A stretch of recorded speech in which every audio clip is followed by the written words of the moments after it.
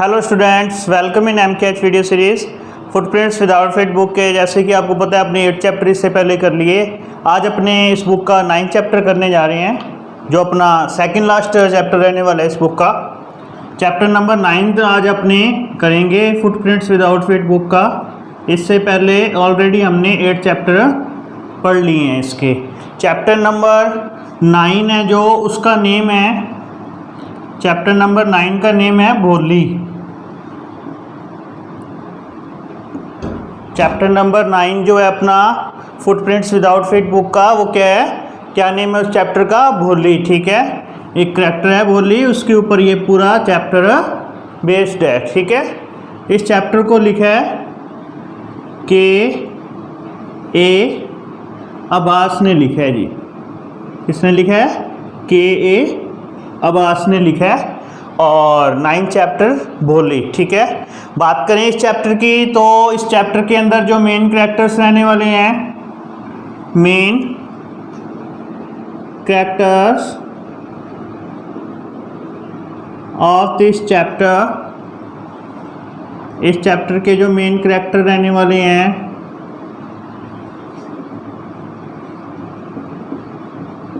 वो एक तो है, जैसा कि आपने इस पार्ट का टाइटल पढ़ा है, कौन सा? बोली। तो बोली है एक तो, ओके। सेकंड पे है बिशंबर अपने रामलाल। कौन है बेटा? रामलाल। ये कौन है? ये बोली के फादर हैं। बोली कौन है? एक कह सकते हैं अपने टीनेजर गर्ल है, 13 इयर्स और गर्ल, ओके। और रामलाल कौन है? बोलीज फादर, बोली के पिताजी हैं जो इसमें। थर्ड इसमें जो है तहसीलदार है, ओके। फोर्थ जो इसमें मेन कैरेक्टर है वो बिशंबर लाल है। बिशंबर लाल ये कौन है? ये बोली के प्रोस्पेक्टिव हस्बैंड है। कहने का मतलब इसकी शादी नहीं हुई थी, होने वाली थी लेकिन हुई नहीं थी। बोलीज प्रोस्पेक्टिव हस्बैंड, ओके। कौन है ये? बोली के प्रोस्पेक्टिव हस्बैंड है। और फिफ्थ में इसका जो मेन कैरेक्टर है वो है बोलीज टीचर। बोलीज टीचर, बोली की अध्यापिका। कहाँ पे? एक प्राइमरी स्कूल में।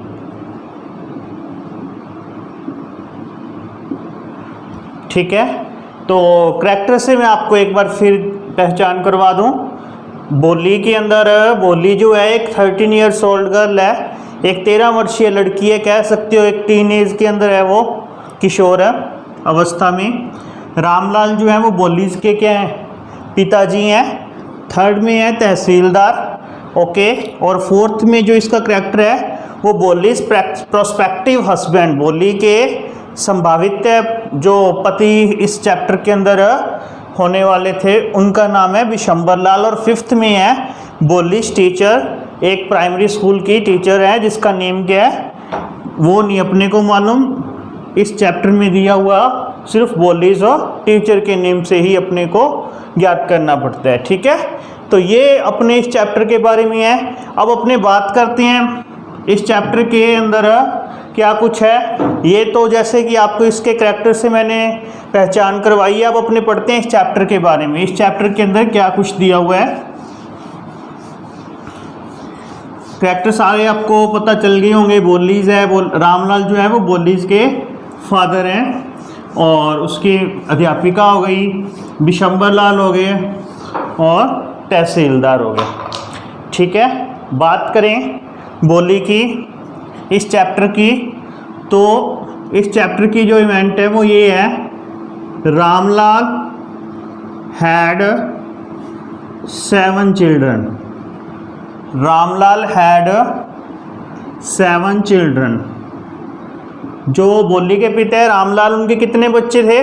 7 बच्चे थे, ठीक है। ऑल ऑफ देम एक्सेप्ट बोली were good looking, healthy and strong. बोली के अलावा सभी के जो सभी बच्चे थे वो क्या थे? गुड लुकिंग थे, अच्छे दिखते थे, स्वस्थ थे, हेल्थी और स्ट्रांग थे वो, ठीक है। स्वस्थ और मजबूत, या कह सकते हो कि सेहतमंद थे वो। अब रामलाल के 7 बच्चे हैं, बोली के अलावा बाकियों में तो परिपूर्णता है, लेकिन बोली जो है वो इनसे अलग है, इसीलिए ये वर्ड यूज़ किया है। कौन सा? एक्सेप्ट। एक्सेप्ट का मतलब क्या होता है? के सिवाय। क्या होता है? के सिवाय। अब ऐसा क्यों बताया गया है? क्योंकि बोली was neither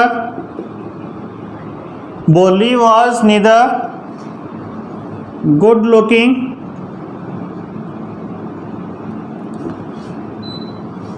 nor intelligent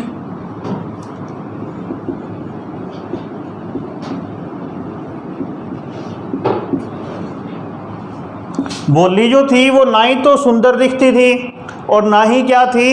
intelligent थी। शी हैड पोक marks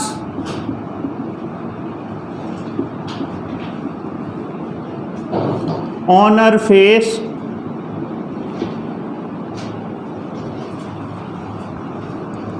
she stammered to while speaking। देखो बेटा क्या कह रही है?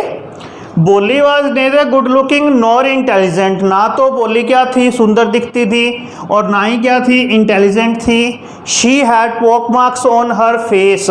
उसके चेहरे पे क्या थे? चेचक के निशान थे, पोक मार्क्स था, ठीक है। और she stammered too while speaking. और जब वो बोलती थी तो हकलाकर बोलती थी। स्टैमर्ड का मतलब क्या होता है? हकलाकर बोलना। तो कहने का मतलब जो बोली थी वो अपने बाकी भाई बहनों से कुछ अलग प्रकार की थी। अपने कह सकते हैं कि बोली जो थी वो एक एबनॉर्मल गर्ल थी, वो नॉर्मल नहीं थी। और ये रामलाल जो था हमेशा बोली के बारे में चिंता करता था, उसकी स्टडी को लेके, उसके रहन सहन को लेकर, इवन यहाँ तक कि उसकी शादी के बारे में भी। तो अपने कह सकते हैं कि Ramlal was worried about Bholi because Bholi was neither good looking nor strong and healthy, beside she stammered too while speaking, so Ramlal was worried about her. और अपने कह सकते हैं कि ज़्यादा उनको जो चिंता होती थी वो किस चीज़ की थी? He was worried about her marriage. सबसे ज़्यादा चिंता तो उसको उसकी शादी के बारे में थी, क्योंकि उसकी ऑलरेडी 2 सिस्टर की शादी हो चुकी थी। लेकिन बोली के लिए सूटेबल मैच करना या बोली को कोई लाइक करेगा शादी के लिए, ऐसी चिंता रामलाल को हमेशा बोली के बारे में रहती थी। और सबसे मेन चीज़ जो है वो क्या है बोली के बारे में? बोली was neglected child at home। बोली जो थी वो क्या थी? एक ऐसी लड़की थी जिसके घर पर हर कोई क्या करता था? अपेक्षा करता था, उसको इग्नोर मार देते थे हर कोई उसको। कहने का मतलब ये है कि बोली के विचारों को या बोली के अपीयरेंस को किसी प्रकार की इम्पोर्टेंस नहीं दी जाती थी उसके परिवार में। अब क्या होता है कि इनके परिवार के अंदर तो बोली का ये रोल था, और इनके जो पिता थे ना रामलाल जो थे, इनके बारे में मैं बताऊं तो ये क्या थे? ये रामलाल जो थे वो गांव के नंबरदार थे। क्या थे?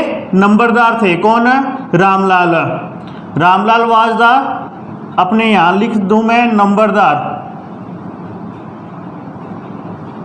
नंबरदार आप समझते हो किसको कहते हैं? गांव के अंदर जैसे सरपंच होता है, सरपंच के बाद जो वार्ड के अंदर जो हेड होता है उसको नंबरदार बोलते हैं। और कहने का मतलब एक बोली के पिताजी जो थे ना वो नंबरदार थे और वो एक समर्थ किसान थे, और बाकी बच्चे जो हैं उनके कॉलेज भी जाते थे पढ़ने के लिए, और बाकी जो घर पे बच्चे थे जो गांव के अंदर शिक्षा ले रहे थे वो भी अच्छे, उनको कहने का मतलब ये प्रोवाइड करवाते थे, उनको अच्छे प्रकार का सिस्टम सारा जो है आवास पर उपलब्ध करवाते थे। लेकिन बोली जो है वो हमेशा एक अलग प्रकार की लड़की बनी रहती थी। ऐसा इसलिए हुआ था क्योंकि Bholi was I think only 10 months old, बिल्कुल 10 महीने की थी वो। She had fallen from cot, वो क्या थी, एक चारपाई से गिर गई थी। Perhaps it had missed some part of her brain, शायद इस चीज़ ने उसके दिमाग का कुछ भाग क्या कर दिया था, क्षतिग्रस्त कर दिया था। सो सी रिमेन्ड ए बैकवर्ड चाइल्ड, इसलिए वो एक पिछड़ी हुई लड़की बनकर रह गई थी परिवार में। और वो सामने उसके करैक्टर के बारे में आपको बता ही दिया कैसा है कि वो इस प्रकार की उसकी अपीयरेंस थी। ऐसा क्यों था? क्योंकि बोली 10 महीने की थी और वो चारपाई से गिर गई थी और उसका दिमाग क्या हो गया था, डैमेज हो गया था, और पोक मार्क्स भी थे, इसलिए वो घर पे उसकी अपेक्षा की जाती थी। अब इस पार्ट के अंदर क्या बताया हुआ है, वंस एक बार क्या होते हैं, a primary school had open in Bholi's village. अब बोली को किसी प्रकार की कोई एजुकेशन नहीं दी जाती थी। एक बार इनके गांव के अंदर एक प्राइमरी स्कूल ओपन हुआ, खुला, ठीक है। अब इसको इनॉग्रेट करने के लिए ना तहसीलदार आते हैं, ठीक है। When the primary school was open in Bholi's village the tehsildar was invited in an inaugurated ceremony. उद्घाटन समारोह में किसको बुलाया जाता है? तहसीलदार को बुलाया जाता है। तो तहसीलदार जो होते हैं वो क्या करते हैं, compelled Bholi's father to send her daughter into school. वो तहसीलदार जो है बोली के पिता किसको, रामलाल को कंपेल करते हैं, या कह सकते हैं ऑर्डर देते हैं कि आप भी अपनी लड़की को स्कूल भेजिए ताकि आप गांव वालों के लिए एक अच्छा एग्जाम्पल सेट कर सकें, और फिर आपको देख के बाकी गांव वाले भी अपनी लड़कियों को स्कूल भेजेंगे। ऐसा इसलिए था क्योंकि ये जो गांव था और बोली के पिता की जो सोच थी, उनके पेरेंट्स की जो सोच थी वो ये थी, Bholi's parents were backward in the manner of girls education. लड़कियों की शिक्षा के मामले में वो बहुत ही पिछड़ी हुई सोच रखते थे, रूढ़िवादी विचार रखते थे। They thought that if girls went school, nobody would marry them. वो कहते थे, सोचते थे कि अगर लड़कियां स्कूल चली गई ना तो कोई उनसे मैरिज नहीं करेगा, शादी नहीं करेगा। So girls should stay at home and learn household works, कि लड़कियों को क्या करना चाहिए, घर पे रहना चाहिए, घर के काम सीखने चाहिए। ऐसा बोली के आसपास का माहौल था। लेकिन अब रामलाल को जो नंबरदार है उसको किसने कह दिया, तहसीलदार ने कह दिया कि आप अपनी लड़की को स्कूल भेजिए। तो रामलाल हैड नेवर, अपने कह सकते हैं कि रामलाल जो था उनके पास अब कुछ भी ऐसा इशू नहीं बचा था। Ramlal had never a single clue to disobey the tehsildar की, वो तहसीलदार को क्या कर दे, तहसीलदार की आज्ञा को न माने। ऐसा रामलाल के पास कोई भी कह सकते हैं कि उसके पास ऐसा कोई भी तथ्य नहीं था कि वो तहसीलदार को जवाब दे दे कि नहीं ऐसा मैं नहीं कर सकता। Because he had no courage to disobey the tehsildar, क्योंकि रामलाल के पास इतना करेज नहीं था कि वो तहसीलदार को क्या कर सके, उसको डिसओबे कर सके, उनकी आज्ञा का अवहेलना कर सके, ऐसा नहीं था। After a long discussions finally Bholi's parents agreed to send her daughter into school. बहुत लंबी डिस्कशंस के बाद ये फैसला होता है कि बोली को स्कूल भेजा जाएगा। अब इससे पहले बोली जो थी उसको कभी भी बेचारी को ना तो कभी अच्छे कपड़े, ना उसको अच्छा आवास, ना अच्छी अपने कह सकते हैं उसको डाइट मिली थी। अब बोली को जब स्कूल जाया गया तो उसको सारा कुछ वो मिलता है, तो बोली भी सोचती है कि शायद वो किसी अच्छे प्लेस में ही जा रही है, लेकिन कहीं ना कहीं बोली को ये डर भी था कि कहीं मेरे को घर से बाहर तो नहीं निकाल रहे। ऐसा इसलिए था क्योंकि बोली को कभी एजुकेशन तो मिली नहीं थी और वो बेचारी एक सिंपल टर्न लड़की थी। अब एक बार क्या हुआ था, बोली को दिमाग में ये बात आ गई कि एक बार उनकी एक गाय थी और उसको भी इसी प्रकार से जब शहर लेकर गांव में उनके घर से किसी दूसरी जगह लेकर गए थे तो उसके माता पिता उसको बेच आए थे, वापस नहीं लेके आए थे। तो बोली भी परेशान थी इस चीज़ को लेके कि कहीं मेरे को ऐसी जगह ना लेकर जा रहे हो कि बाद में मेरे को घर ही ना वापस लेके आए। तो अपने कह सकते हैं कि बोली को खुशी भी थी क्योंकि उसको एक अच्छा आवास मिल रहा था, लेकिन इसके साथ बोली डरी हुई भी थी। Bholi was scared to going school at first day, अपने पहले दिन स्कूल जाने से वो डरी हुई थी। But when she came to know that there were so many girls about her own age, she came to know very happy because she thought that it was something place of a wonder, something place of beautiness, something place of good environment, also atmosphere instead the comparison of their house, her house। बोली को ये लगा कि शायद मेरे घर की तुलना में ये बहुत अच्छा माहौल है। क्यों वो खुश हो जाती है अपनी उम्र की बहुत सारी लड़कियों को स्कूल में देखकर, और शायद बोली को अब ये महसूस होता है कि वो अपने घर की कंपैरिजन करे ना अलग अलग फैक्ट्स पे तो अच्छी जगह ही आई है। और बाद में क्या होता है, बोलीज टीचर, जैसे मैंने आपको बताया, Bholi's teacher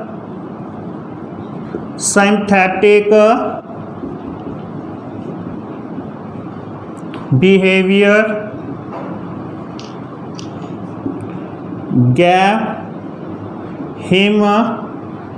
gave her a new hope.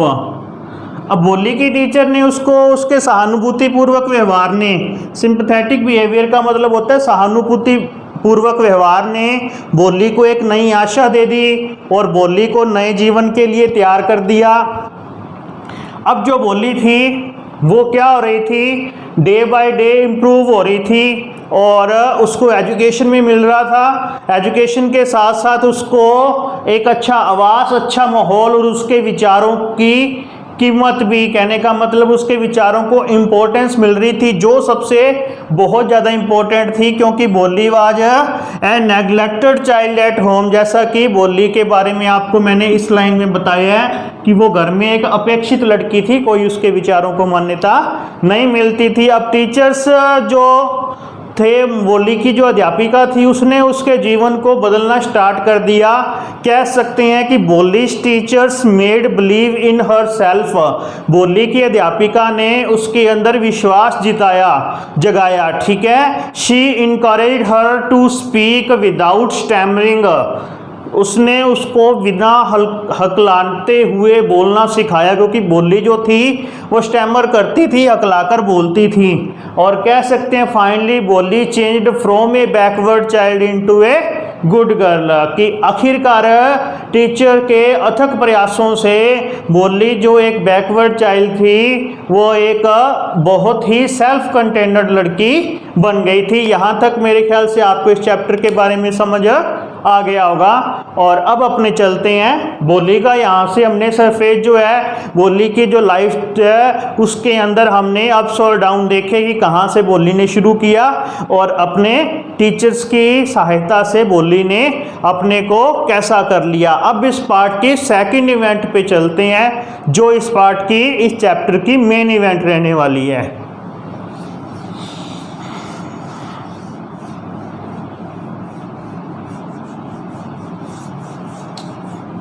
यहाँ तक मुझे लगता है आपको कोई प्रॉब्लम नहीं आई होगी, अच्छे से बहुत समझ आ गया होगा ये। अब अपने इसके आगे की बात करते हैं, इस चैप्टर में आगे क्या रहने वाला है।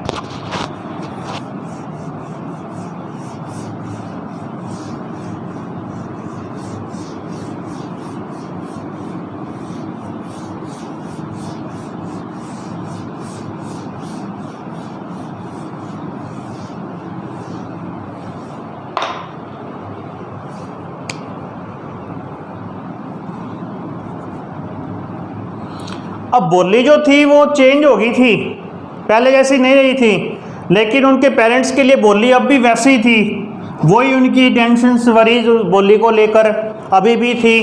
तो क्या करते हैं बोली के parents, Bholi's parents settled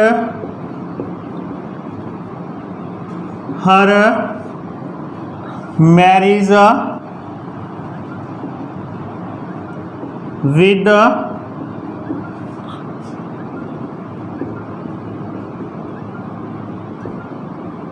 Bishambar Lal about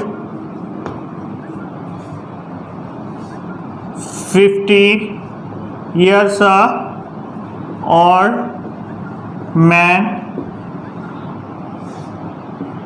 He limped to while walking.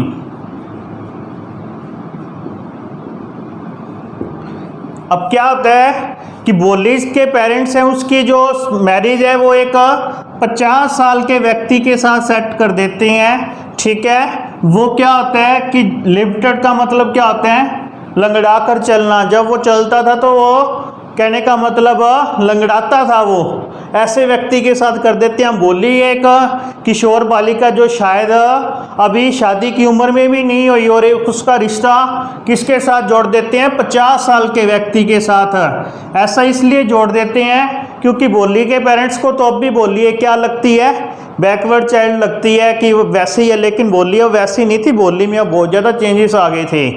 ठीक है। नंबर 2, बोली की शादी के पीछे उसके पेरेंट्स का सोचना ये था कि Bishambar Lal was from another village, वो दूसरे गांव का था। ठीक है। He had a great amount of money in bank, उसके पास बहुत सारी धनराशि थी बैंक के अंदर। ठीक है। कह सकती हैं Bishambar Lal was an affluent life, Bishambar Lal जो था वो किस में था, एक एफुलेंट लाइफ में था, एक शाही जीवन में था। ठीक है। और इन एफुलेंट लाइफ में होने के कारण ही उसके साथ साथ ही didn't know about Bholi's pock marks and lack of sense according to Bholi's parents. Bholi के माता पिता के अनुसार देखो बिशंबर को ना तो बोली की बुद्धिहीनता के बारे में पता, ना उसकी क्रूरता के बारे में पता, वो उसके साथ मैरिज कर रहा है तो यही बहुत बड़ा एहसान कर रहा है, ऐसे बोली के पेरेंट्स की सोच थी। लेकिन क्या होता है, मेन जो इसके अंदर बात आती है, at the time of wedding, जब शादी का अवसर आता है, Bholi's prospective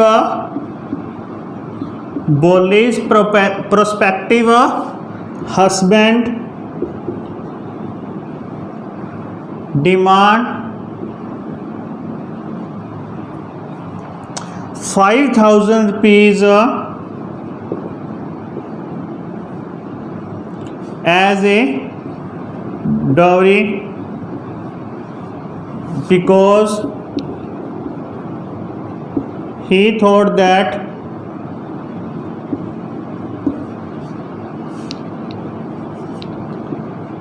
nobody would marry with that kind of girl.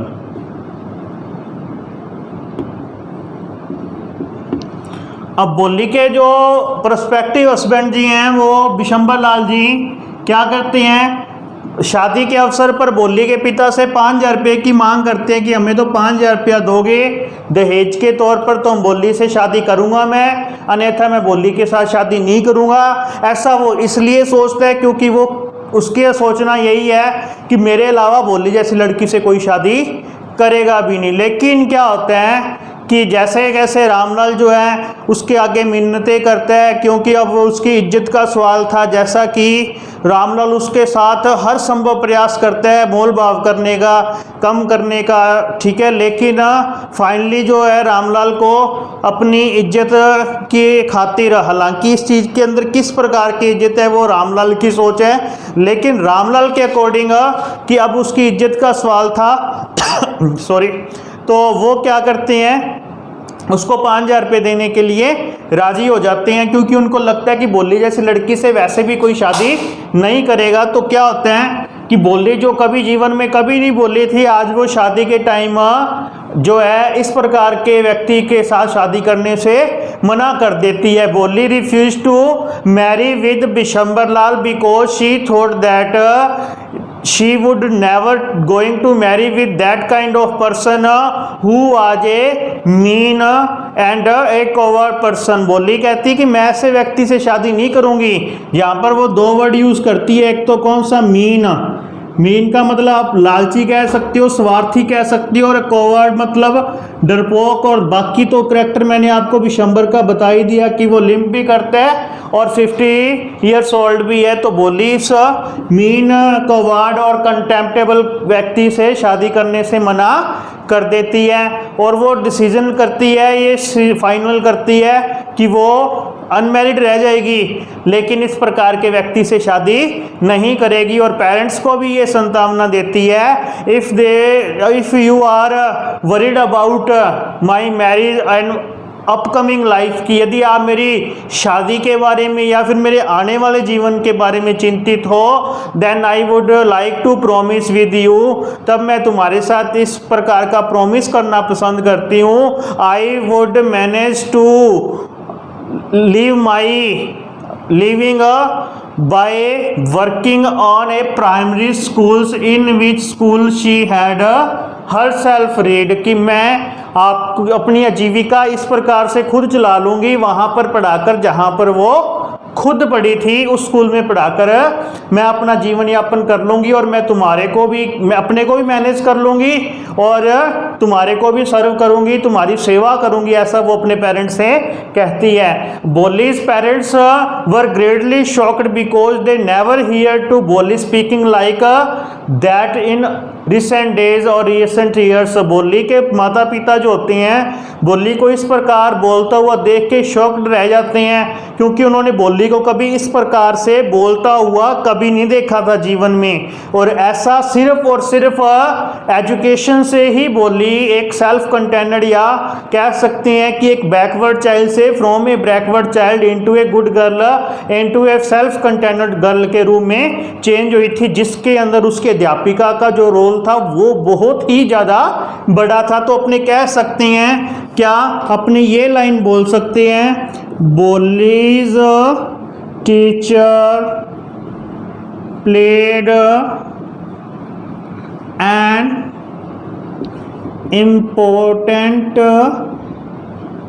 Role in changing the course of her life. Bholi की अध्यापिका ने उसके जीवन की दशा को, उसके जीवन को एक नई दिशा देने में बहुत ही अहम भूमिका निभाई थी। इस प्रकार इस चैप्टर की एंडिंग होती है। आई थिंक आपको ये समझ आ गया होगा। बोली जो थी इस चैप्टर की मेन कैरेक्टर है। बोली के पिता क्या है, एक नंबरदार हैं। बोली जो है वो 10 months ओल्ड थी when she had fallen out from cot, it had damage some part of her brain, so she remained a backward child. चारपाई से गिर गई थी इसलिए उसका दिमाग क्षतिग्रस्त हो गया था और पोक मार्क्स थे उसके बोली के चेहरे पे। So her parents was worried about to her marry, उसके माता पिता उसके शादी के बारे में चिंतित होते हैं। Once Bholi got opportunity to read in a primary school after consulting the tehsildar to her parents. जब तहसीलदार ने बोली के पिता होगा तो बोली को एक अपॉर्चुनिटी मिलती है स्कूल में पढ़ने की। In school the teacher synthetic behaviour gave him a new hope for life. उसके जीवन के लिए उसके टीचर उसको एक नई दिशा, नया इनकरेज देते हैं, उसको मोटिवेट करते हैं। Teachers made believe in her self. जो उसकी अध्यापिका थी उसने उसके अंदर सेल्फ कॉन्फिडेंस को जगाया। It was the course of education, से उसकी एजुकेशन का ही प्रभाव था। Bholi refuse to marry with such a great contemptible coward and mean person. लालची व्यक्ति से बोली शादी करने से मना भी कर देती है। 10 एजुकेशन ट्रांसफर्ड बोली from A backward child into a good girl. इस प्रकार हम कह सकते हैं कि जो एजुकेशन थी उसने बोली को एक बैकवर्ड चाइल्ड से एक पढ़ी लिखी लड़की के रूप में चेंज कर दिया। और बोली जो थी अब पहले जैसी लड़की नहीं रही थी। Now Bholi was able to take her decision in her own views, in her own style. अब बोली जो अपने डिसीजन थी वो अपने स्टाइल में लेना जानना सीख गई थी। And it in this all life, in her whole life, और उसके पूरे जीवन में her teachers played an important role. उसके अध्यापिका ने एक बहुत ही महत्वपूर्ण भूमिका निभाई थी। आई थिंक आपको ये चैप्टर बेटा बहुत अच्छे से समझ आ गया होगा, क्योंकि इस चैप्टर के अंदर ऐसी कोई भी कॉम्प्लिकेटेड सी बात नहीं है जो आपको समझ न आए। बड़ी सिंपल सी स्टोरी है। बोली एक सिंपल लड़की थी और उसको एक एजुकेशन का चांस मिलता है और उसकी अध्यापिका होती है चेंज्ड हर सेल्फ, वो समय को चेंज कर लेती है from A backward into a good girl. तो इस प्रकार से हमारी इस बुक के 9 चैप्टर क्लियर हो चुके हैं जो आपको एक एक करके करवा दिए गए हैं। अब अपने इस नेक्स्ट वीडियो में इस बुक का 10th चैप्टर करेंगे और इसी के साथ हमारी एक बुक कंप्लीट हो जाएगी। आई थिंक आपको ये चैप्टर अच्छे से समझ आ गया होगा। नेक्स्ट वीडियो में हम इस बुक के लास्ट चैप्टर के ऊपर बात करेंगे। Thank you.